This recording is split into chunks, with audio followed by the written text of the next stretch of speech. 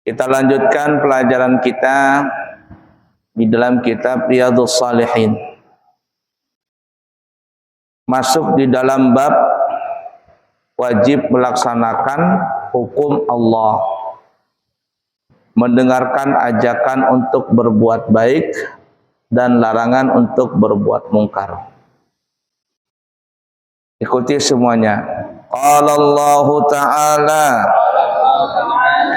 fala wa rabbika la yu'minuna hatta yuhaqqimuka fima syajara bainahum thumma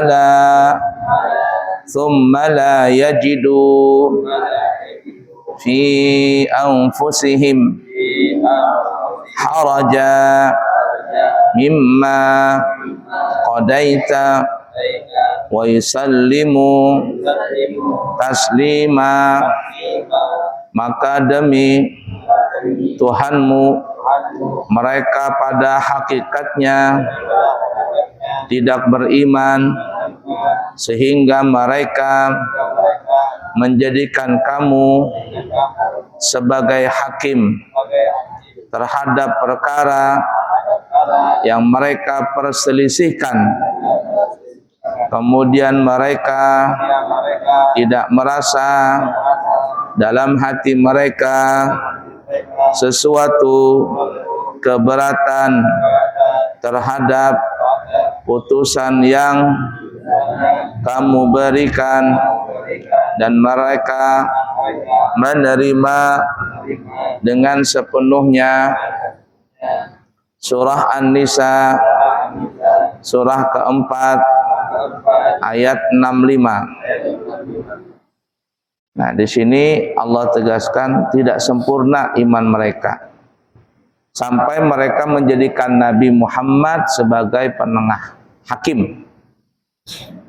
Karena kalau di zaman Nabi masih hidup, apa saja permasalahan itu semuanya diajukan ke Nabi. Kalau Nabi bisa menjawab, maka Nabi menjawabnya. Kalau Nabi tidak bisa menjawab, maka Nabi menunggu wahyu dari Allah Ta'ala. Nah, jadi kalau ada Nabi tidak boleh menghukumkan sesuatu tanpa Nabi sebagai hakimnya, penengahnya. Dan orang kita jangan berbisa-bisa seorang. Ya, jangan berbisa-bisa seorang. Apapun permasalahannya, apapun perselisihannya, datang kepada Nabi Muhammad. Baik masalah yang kecil, masalah rumah tangga nih ya, sampai masalah yang besar. Ada seorang perempuan datang kepada Nabi Muhammad SAW. Dia datang kepada Nabi minta bercerai dengan suaminya. Kata Nabi, kenapa kamu mau minta cerai? Kata perempuan ini, ya Rasulullah, suami saya itu asik aja beribadah. Asik aja beribadah. Pakaian gak diganti-ganti, ibarat kata. Rambut, jenggot panjang. Ulun sebagai bininya kada digatuk-gatuk. Nah, artinya asik aja beribadah. Kata Nabi, yang mana suamimu? Itulah yang di masjid, nang jenggot panjang, rambut panjang. Karena dia asik beribadah. Dipanggil Nabi sini. Kata Nabi, ayo ikut aku ke pasar. Dibawalah laki-laki ini ke pasar. Dan Nabi potong rambut. Nah, terus apa lagi? Jenggot dibersihkan. Kumis dibersihkan. Jar orang Banjar apa ya? Dilis. Ganteng, suruh mandi ini orangnya. Kasih baju, beli baju baru. Laki-laki ini diam aja digitukan sama Nabi. Nah, setelah ganteng laki-lakinya ini, suaminya ini, dibawa kepada istrinya lagi. Kata Nabi, kamu tahu siapa laki-laki ini? Siapa ya Nabi ya? Siapa ini? Saking lamanya tuh, nah laki-laki ini berjenggot apa beringasan, sampai bininya nggak kenal lagi. nggak kenal lagi. Kata istrinya, siapa ini ya Rasul? Ini suamimu. Suamiku? Iya, suamimu. Bahasa kitanya nih ya. Ah, gimana? Mau cerai nggak? Katanya nggak jadi ya Rasul, nggak jadi cerai katanya. Nah, kenapa? Karena suaminya sudah ganteng. Nah, itu permasalahannya kecil. Sampai permasalahan yang besar. Apa saja? Masalah perang kah, masalah kenegaraan kah, masalah hukum, semuanya datang kepada Nabi Muhammad SAW. Kalau Nabi tidak tahu hukumnya, Nabi berdiam dulu. Nabi diam. Ada seorang datang di zaman Nabi. Dia bilang, ya Rasulullah, apakah Allah mengampuni dosa seorang hamba walaupun dia telah melakukan dosa besar? Kata Nabi, iya. Allah akan mengampuni segala dosa hambanya walaupun dosa itu sangatlah besar sekali. Kata Nabi, dosa apa yang telah engkau lakukan? Kata dia, dosa yang pernah saya lakukan adalah, katanya dia nih ya, kelainan seksual. Jadi kalau ada perempuan meninggal dunia, dikubur, maka perempuan itu dibongkar kuburannya, lalu dia menodai mayit perempuan itu. Nah, ini keanehan nih. Agak lain nih, agak lain. Nah, mayit perempuan yang sudah mati dikubur, dibongkarnya, lalu dinodainya perempuan itu. Nabi angkat tangan, tidak tahu kata Nabi, tunggu dulu. Bukan Nabi tidak menerima, kata Nabi tunggu dulu. Kenapa? Karena dosa ini belum pernah dilakukan oleh umat zaman dulu. Kalau membunuh ada, berzina ada, LGBT ada, kepada binatang ada, lawan kambing, lawan keledai ada, berjudi ada, apalagi merampok ada, semuanya ada. Tapi dosa ini belum pernah satupun umat sebelumnya melakukan dosa ini. Apa itu? Melakukan hubungan kepada mayit. Nanti dulu kata Nabi. Maka orang ini pun akhirnya pulang menunggu kabar dari Nabi. Apa ini? Dengan wajah yang sedih. Kemudian Allah menurunkan ayat, Innallaha yaghfiru dzunuba jami'a. Allah mengampuni dosa semua apapun diampuni Allah Ta'ala. Mendengar ayat tadi turun, maka Nabi pun menyuruh sahabatnya, kata Rasul, panggil itu orang. Panggil. Maka dipanggillah orang tadi, kata Nabi, Allah mengampuni dosamu. Allah mengampuni dosamu walaupun dosa ini belum pernah dilakukan oleh umat zaman dulu. Nah, jadi kalau ada orang yang berdosa, kita itu tidak usahlah memandang mata sebelah, memandang dengan sebelah mata, jangan. Karena kata orang tasawuf, Allahu gharibun ilal asi. Allah itu dekat kepada orang yang berbuat maksiat. Allah itu dekat kepada orang yang berbuat maksiat. Maksudnya apa dekat ini? Maksud dekat itu adalah apabila orang ini bertobat, maka Allah akan terima tobatnya. Kita yang ibadah, sholat tahajud, ngaji Al-Quran, ini itu banyak kita hafal, banyak kita baca, bisa jadi jauh dari Allah Ta'ala. Lebih dekat kepada orang yang Allah bisa jadi lebih dekat kepada orang yang ahli maksiat, yang dia ingin bertobat. Nah, itu. Jadi semua permasalahan datang kepada Nabi. Untuk apa ya? Untuk minta diberikan keputusan. Ya. Nah, kalau sudah diputuskan oleh Nabi Muhammad SAW, mereka itu merasa senang, menerima dengan sepenuh hati. Mau susahkah, mau senangkah, maniskah, pahit, apa yang telah ditentukan oleh Nabi, mereka pun menerima dengan lapang dada. Sami'na wa ata'na. Kalau ada sudah orang seperti itu, maka dia telah beriman sempurna. Sekarang Nabi nggak ada di hadapan kita. Maka bagaimana? Maka kembalilah kepada Al-Quran dan hadis, kepada ulama yang kompeten di bidangnya. Jangan mengikuti ulama yang nggak jelas. Maksud nggak jelas itu gimana? Ayat bisa diputar-putar, yang halal jadi haram, yang haram jadi halal. Hukum bisa difatwakan sesuai dengan pesanan. Siapa yang bayar itu yang menang. Nah, ini bisa gini. Ya. Siapa yang tidak terima hukum itu bahaya. Ya, apalagi zaman sekarang nih, Allah sangat kentara nih ya. Ulama yang baik dengan ulama yang tidak baik itu sangat kentara sekali.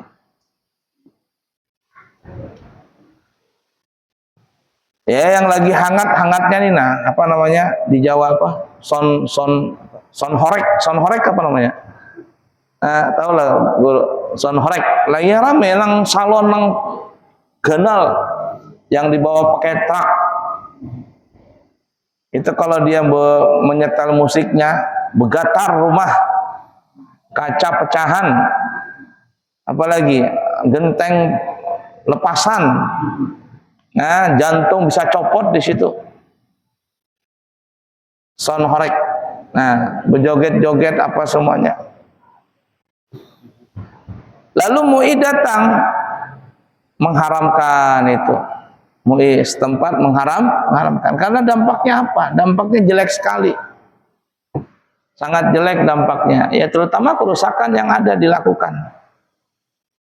Oh, katanya enggak apa-apa, orang yang rusak rumahnya juga enggak juga minta ganti. Kalaupun minta ganti, kita ganti katanya. Didatangkan ahli kedokteran THT, itu berbahaya bagi telinga, bagi jantung dan sebagainya. Macam-macam difatwakan oleh ulama hukumnya haram. Tapi ada lagi ulama yang enggak terima. Ulama-ulama yang bisa mutarbalikkan fakta. Enggak apa-apa katanya. Lalu apa yang terjadi? Yang ulama MUI mengatakan haram, lalu sonhoreknya supaya halal ditulisin sonhorek halal katanya. Tulisannya halal. Yang biasanya joget-joget berganti pakai baju gamis berjogetnya. Yang kemarin lagunya ndak karuan, lagu kasidahan diputarnya, lagu selawatan. Supaya mengatakan halal. Nah, itu tuh.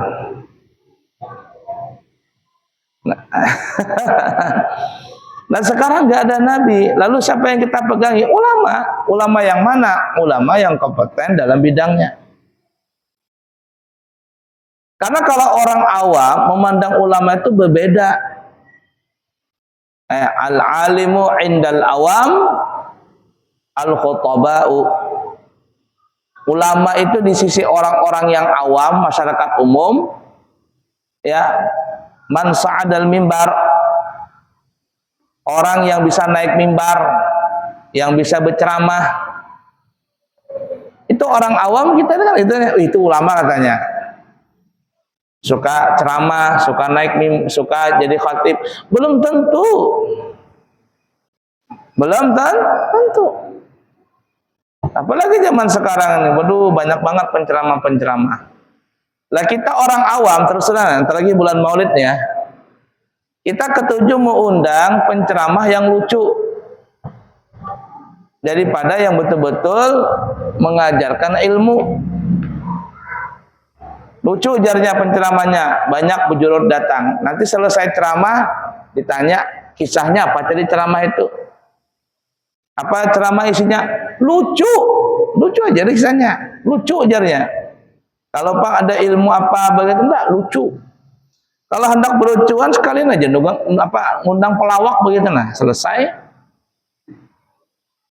Nah, jadi al-alimu indal awam man sa'adal mimbar. Orang alim itu di pandangan orang awam, atau orang awam memandang orang alim itu adalah orang yang bisa berceramah. Siapa yang bisa berceramah berarti orang alim. Enggak begitu. Apalagi kan sekarang ini dilombakan, ada pildacila atau ceramah inilah, dilombakan ceramah itu. dilombakan. La ilaha illallah. Nah, jadi kalau sekarang tidak ada nabi, kita datang kepada ulama, ulama pun nanti akan membahas, akan mencari hukumnya di mana? Di Al-Qur'an, di hadis, di qiyas dan sebagainya. Nah, tapi hati-hati juga kita mencari ulama, mencari guru.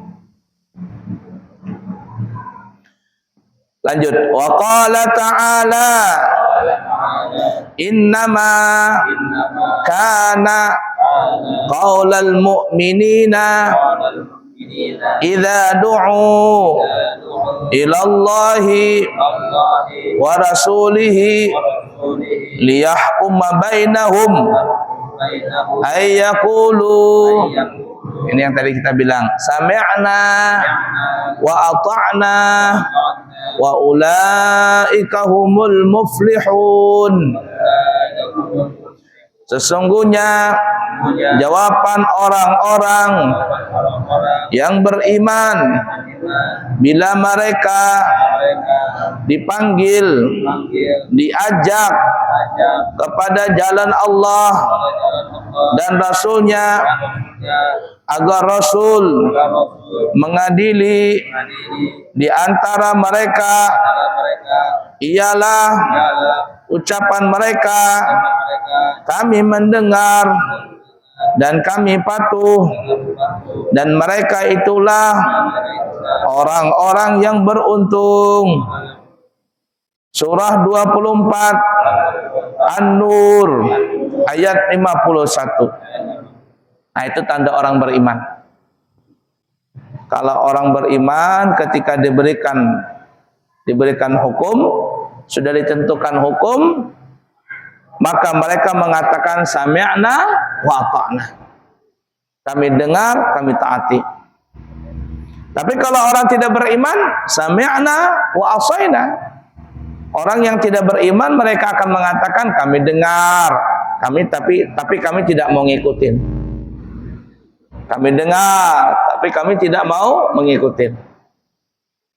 Lalu apa? Membikin versi tandingan. Membikin apa? Hukum tandingan.